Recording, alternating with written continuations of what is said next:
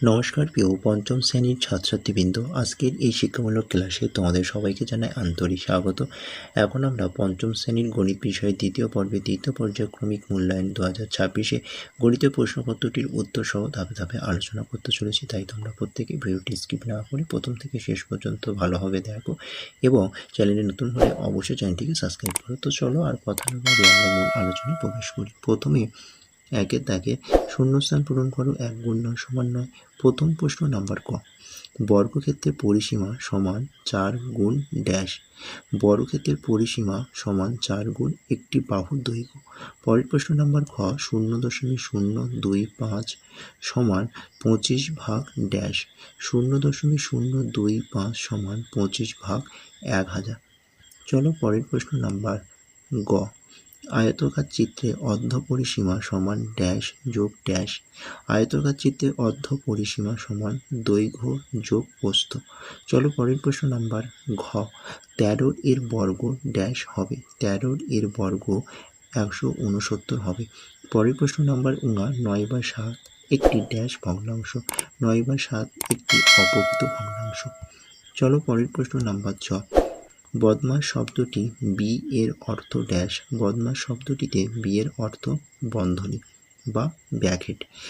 চলো পরের প্রশ্ন নাম্বার ছ, 54/7কে মিশ্র ভগ্নাংশে পরিণত করে পাই ড্যাশ। 54/7কে মিশ্র ভগ্নাংশে পরিণত করে পাই 7×5/7। চলো পরের প্রশ্ন নাম্বার বঙ্গিজ, যে চতুর্ভুজে পরস্পর বিপরীত দুটি বাহু সমান ও সমান্তরাল তাকে ড্যাশ বলে। যে চতুর্ভুজে পরস্পর বিপরীত দুটি বাহু সমান ও সমান্তরাল তাকে সামান্তরিক বলে। চলো পরের প্রশ্ন নাম্বার ঝ, 16/24কে লঘিষ্ঠ আকারে প্রকাশ করে পাই ড্যাশ। 16/24কে লঘিষ্ঠ আকারে প্রকাশ করে পাই 2/3। নাম্বার 2, নিচের প্রশ্নগুলির উত্তর দাও। যে কোনো 6টি। 2 গুণ 6 সমান 12। প্রথম প্রশ্ন নাম্বার ক, গসাগু নির্ণয় করো 12, 18, 24। প্রথমে আমরা 12 দিয়ে 18টাকে ভাগ করব। তো 12 দিয়ে 18টাকে ভাগ করলে 12 18-র মধ্যে প্রথমে একবার যাবে, তাই 12 একে 12। 18 থেকে 12 বিয়োগ করলে হবে 6। এবার 6 দিয়ে 12টাকে ভাগ করব, 6 দিয়ে 12। এই যে সংখ্যাটা পেলাম অর্থাৎ 6, এই 6 দিয়ে এবার আমরা 24টাকে ভাগ করব। তো 6 দিয়ে 24 ভাগ করলে এখানে সঠিক উত্তর হচ্ছে তোমার 4 দিয়ে যাবে, তাহলে 6 4 24। তো এখানে আমার যেহেতু গসাগু নির্ণয় করতে বলেছে, তাহলে আমরা লিখে দেবো যে 12, 18, 24-এর গসাগু 6। চলো পরের পেজে, পরের প্রশ্ন নাম্বার খ, ভাগ করো 3,83,296 ভাগ 9। তো 9 দিয়ে 3,83,296-কে ভাগ করলে ভাগফল হবে 4,258 এবং ভাগশেষ হবে 4। তো অতএব উত্তর লিখবে যে ভাগফল সমান সমান 4,258 এবং ভাগশেষ সমান 4। চলো পরের প্রশ্ন নাম্বার গ, বর্গমূল নির্ণয় করো 225। তো 225-এর বর্গমূল করলে সঠিক উত্তর হবে 15। 15 15 225, তাহলে 225-এর বর্গমূল 15। চলো পরের প্রশ্ন নাম্বার ঘ, বিয়োগ করো 13/18 বিয়োগ 5/27। তো এখানে 18 আর 27-এর লসাগু করলে হবে 54। তাই যদি লসাগু 54 হয় তাহলে ওপরটা চেঞ্জ হয়ে যাবে অর্থাৎ পরিবর্তন হবে, তাহলে 39 বিয়োগ 10 হবে। 39 থেকে 10 বিয়োগ করলে হবে 29, তাহলে 29/54। তো সঠিক উত্তর হবে 29/54। চলো পরের প্রশ্ন নাম্বার 19, ছোট থেকে বড় সাজাও 0.25, 0.64, 0.09। তো এখানে দেখে নাও সঠিক উত্তর। যেহেতু ছোট থেকে বড় সাজাতে বলেছে, তাহলে আমরা প্রথমে লিখব 0.09 লেস দ্যান 0.25 লেস দ্যান 0.64। ওকে, চলো পরের প্রশ্ন নাম্বার চ, 207.02-কে স্থানীয় মানে বিস্তার করো এবং কথায় লেখো।